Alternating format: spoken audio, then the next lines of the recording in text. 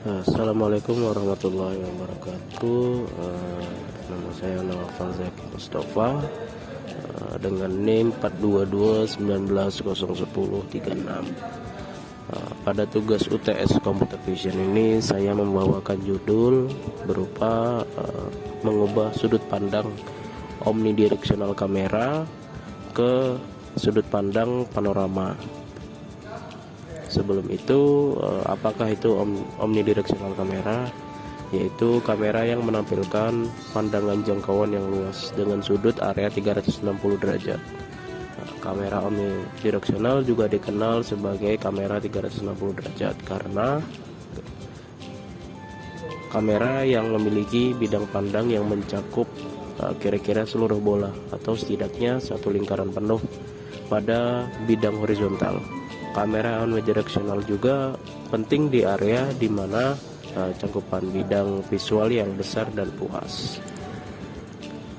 Karena sifat dasarnya yang menyajikan seluruh gambar lingkungan dalam satu bidang berbentuk lingkaran, dengan mengetahui sifat-sifat dari omnidirectional kamera, image yang dihasilkan, maka distorsi ini dapat diperbaiki sehingga image yang diperoleh dapat diolah dengan lebih mudah.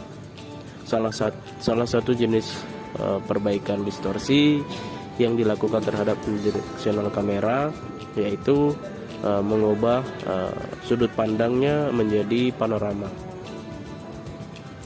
Oke,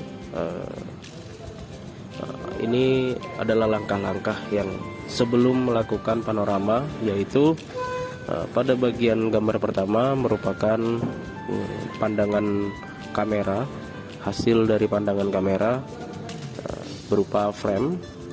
Kemudian pada gambar kedua yaitu merupakan circle masking yang dibuat sebagai batas dari frame yang akan diseleksi ke tahap berikutnya dengan memasukkan titik tengah, kemudian nilai radius dan juga warna masking. Warna masking pada biner berupa 0 dan 1. Kemudian gambar ketiga merupakan hasil dari seleksi berupa frame dikali dengan masking, circle masking, kemudian dibagi 255 sehingga dihasilkanlah batas deteksi frame. Pada bagian ini bertujuan memotong area yang tidak diperlukan pada frame. Kita masuk ke metode panorama. Bagaimana cara menentukan metode panorama? Yaitu menentukan titik tengah poin, kemudian menentukan maksimal radiusnya, kemudian menentukan minimal radiusnya.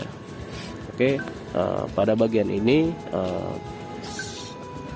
nilai X dan nilai Y frame dengan ukuran 800-600 yang saya gunakan. Kemudian di sini untuk merubah sudut pandang menjadi panorama yaitu X panorama sama dengan 2 dikali dengan nilai radius maksimal yang kita masukkan ditambah nilai radius minimum yang kita masukkan, kemudian dibagi 2 dikali dengan 3,14. Kemudian untuk Y-nya sendiri didapatkan dari nilai maksimal dari radius ditambah dengan nilai minimal dari radius. Lebih seperti itu. Kemudian dihasilkanlah sudut pandangan panorama dengan menggunakan metode perubahan pandangan kamera. Kemudian dilakukanlah pendeteksian objek pada pandangan panorama. Di sini saya mendeteksikan jarak dengan objek bola. Hal pertama yang harus diperhatikan yaitu menentukan warna bola terlebih dahulu. Mencari nilai HSP pada frame sehingga didapatkanlah posisi X dan Y bola. Kemudian untuk memaksimalkan deteksi bola diperlukan beberapa metode yaitu seperti morfologi transformation, erosi delasi, kemudian thresholding. Erosi sendiri adalah salah satu dari 2 operasi dasar dalam morfologi pengolahan citra. operasi ini mengurai objek latar depan. Awalnya operasi ini didefinisikan untuk gambar biner, kemudian diperluas untuk gambar skala abu-abu, kemudian untuk dikisi lengkap.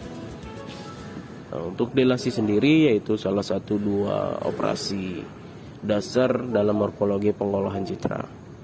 Operasi ini memperbesar objek latar depan. Awalnya operasi ini didefinisikan untuk gambar biner, kemudian diperluas untuk gambar skala abu-abu, kemudian untuk kisi lengkap. Pada bagian threshold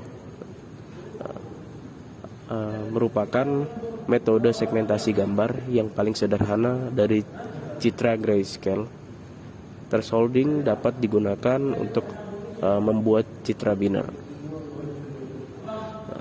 Setelah langkah-langkah yang tadi dilakukan, kemudian kita bisa memasukkan nilai X dan Y bola terhadap pixel yang telah ditentukan. Oke, didapatkanlah hasil pixel bola terhadap frame. Kurang lebih seperti pada tabel berikut. Jaraknya sendiri didapatkan dari weight dikali dengan vokal dibagi dengan pixel, sehingga didapatkanlah jarak pixel terhadap X dari frame. Kemudian data tersebut diregresi dengan data aktual, sehingga dihasilkanlah jarak aktual. Dilakukan perbandingan data antara data pixel dan data aktual dengan menggunakan metode regresi polinomial, sehingga dapat diimplementasikan terhadap pixel bola. Sekian, assalamualaikum warahmatullahi wabarakatuh.